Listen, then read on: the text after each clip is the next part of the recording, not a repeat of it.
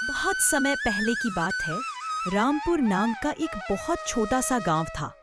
वहाँ के लोग बहुत ही हंसी खुशी एक दूसरे के साथ मिलजुल कर रहते थे। इस गांव में हरिया नाम का एक व्यक्ति रहता था।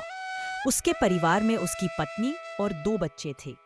हरिया के पास 2 गाय थी, जिनका दूध बेचकर वह अपने जीवन निर्वाह करता था। इस गांव की सबसे बड़ी समस्या थी पानी की, क्योंकि पूरे गांव में केवल एक ही तालाब था। लोग इसी तालाब से पानी भरकर अपने दैनिक जीवनचर्या के काम किया करते थे। गांव में और कोई पानी का साधन न होने की वजह से गांव के लोगों को इसी तालाब के पानी पर निर्भर रहना पड़ता था। हालांकि गांव के लोग अपनी इस जिंदगी से खुश थे।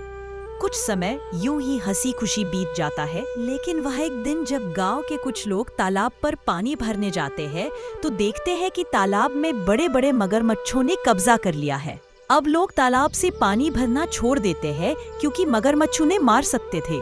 थोड़े दिन बाद कुछ लोगों ने हिम्मत करके उस तालाब से पानी लाने की कोशिश की, मगर तालाब के मगरमच्छ उन्हें भी मारकर खा गए। इस घटना से पूरे गांव में भय और हड़कंप मच गया।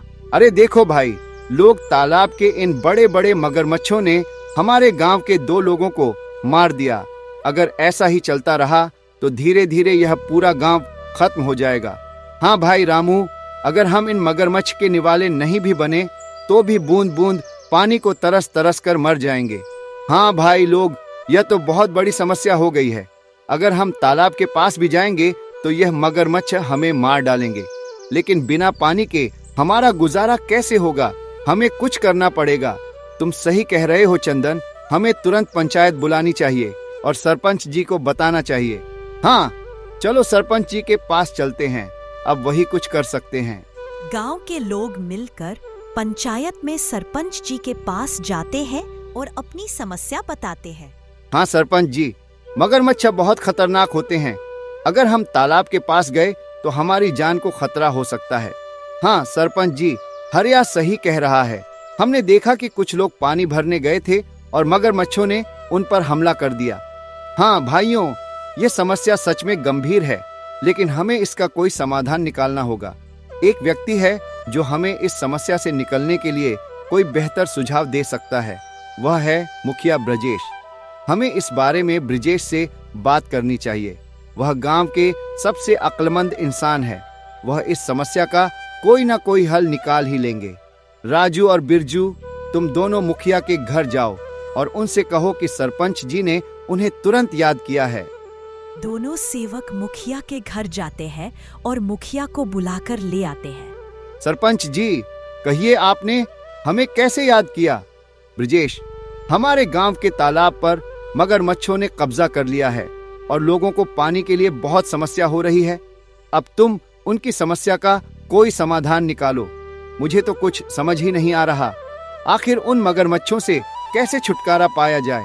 मुखिया गहरी सोच में पड़ जाता है और फिर उसको एक उपाय सोचता है और वह सरपंच जी से कहता है, सरपंच जी, मगरमच्छों से लड़ना आसान नहीं है। हमें एक दूसरा तालाब बनाना हो, यह काम आसान नहीं होगा, लेकिन अगर हम सब मिलकर मेहनत करेंगे तो नया तालाब जल्दी ही बन जाएगा। मुखिया जी, आप बिल्कुल सही कह रहे हैं। हम सब मिलकर मेहनत करेंगे और नया तालाब बनाएं। हाँ, हमें मिलकर काम करना होगा। इस समस्या का यही समाधान है। चलो फिर कल से ही हम नया तालाब खोदने का काम शुरू करते हैं। सभी गांव वाले मिलकर काम करेंगे और पानी की समस्या से जल्द ही निजात पाएंगे। गांव वाले मुखिया जी के सुझाव से सहमत होते हैं और अगले दिन से ही तालाब खोदने का काम शुरू कर देते हैं। कुछ ही दिनों की मेहनत और मशक्कत के बाद आखिरकार गांव के लोगों ने मिलकर एक बहुत ही गहरा तालाब खोद लिया। बस फिर क्या था, वर्षा ऋतु का मौसम भी आ गया और गांव में जोरदार बारिश शुरू हो गई। बारिश से वह तालाब लबालब पानी से भर गया, जिसे देख गांव के लोग बहुत खुश हुए।